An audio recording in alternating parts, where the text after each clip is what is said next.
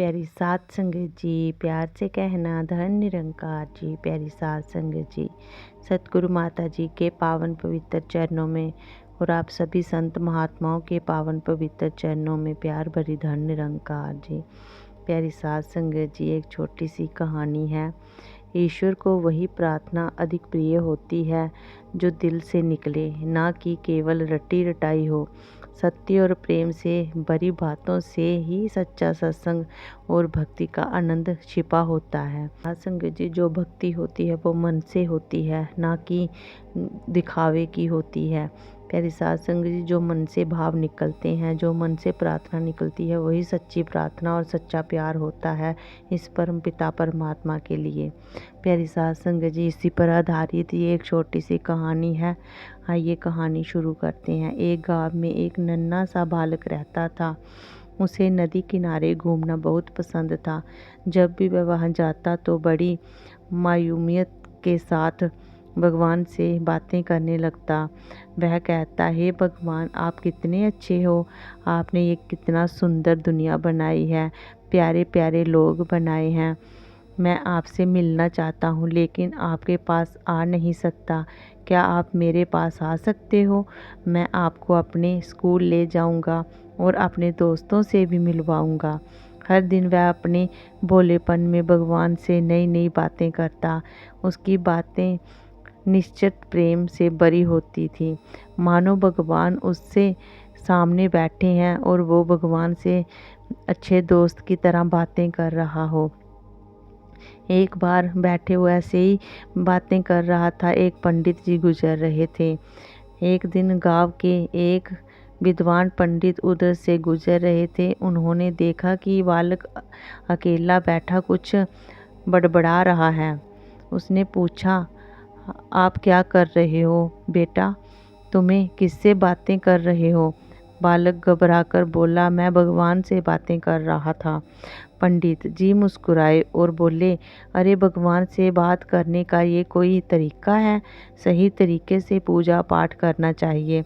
चलो मैं तुम्हें सिखाता हूँ कि भगवान से कैसे बात करते हैं। प्यारी साध संगत जी, वो ठहरा नादान बालक वो भी उस पंडित की बातों में आ गया। इसके बाद पंडित जी ने उसे एक कठिन शब्द दिया, एक श्लोक दिया।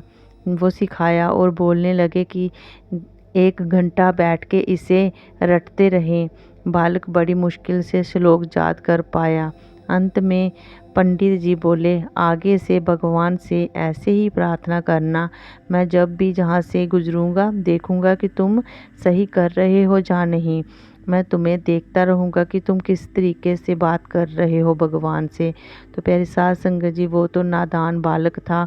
उसने पंडित की बातों में आकर उसका ही तरीका आजमाया। फिर प्यारी साध संगत जी, उस दिन पंडित जी बड़े संतोष से मंदिर गए और गर्व से बोले, हे प्रभु, आज मैंने एक बहुत अच्छा काम किया। मैंने आपके एक भक्त को सही तरीके से प्रार्थना करना सिखा दिया। इतना सुनते ही आकाशवाणी हुई, पंडित, तुमने अच्छा नहीं किया। तुम्हें मेरे एक प्रिय भक्त को मुझसे दूर कर दिया है। पंडित जी चकित रह गए और बोले, हे प्रभु, ये कैसे? भगवान बोले, वह सच्चा बच्चा रोज मुझे अपनी मासूम बातें करता था। उसकी बातों में प्रेम और शक्ति भक्ति थी। इससे मैं बहुत आनंदित होता था। कई बार तो उसकी बातें सुनकर मुझे हंसी भी आ जाती थी। लेकिन अब वह रटा रटाया श्लोक बोलेगा जिसमें भावनाएं नहीं होंगी। मैं ये सुनकर बोर हो जाऊंगा। प्यारी साध संगत जी, भगवान जी भी यही सोचते हैं और उनके लिए हमारे जो मन से भाव निकलते हैं वही सच्ची भक्ति होती है, ना कि हम लोगों की दुनियादारी की रटी रटाई बातें करके प्रभु को खुश करेंगे। प्यारी साध संगत जी, ऐसे प्रभु खुश नहीं होते। प्रभु भोलेपन के भाव होते हैं, भोलेपन से ही रीझते हैं। प्यारे साध संगत जी, कहानी की सीख यही है। इस कहानी से हमें ये सीख मिल रही है कि ईश्वर को वह प्रार्थनाएं अधिक प्रिय होती हैं जो दिल से निकलती हों, ना कि वह जो सिर्फ परंपराओं के दबाव में रटी गई हों।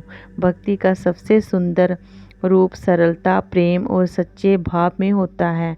ईश्वर से बात करने के लिए कोई विशेष भाषा या विधि आवश्यक नहीं, बस मन की सच्चाई और अच्छाई और प्रेम ही होना चाहिए। उसी से परमात्मा रिझ जाते हैं।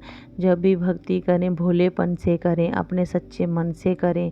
ये परमपिता परमात्मा सतगुरु निरंकार तो बहुत ही भोला है, ये तो भोलेपन से ही रिझ जाते हैं। इसलिए इनके आगे कोई भी चालाकियाँ नहीं चलती हैं। सिर्फ भक्ति, प्यार, नम्रता, सहनशीलता इनको पसंद है।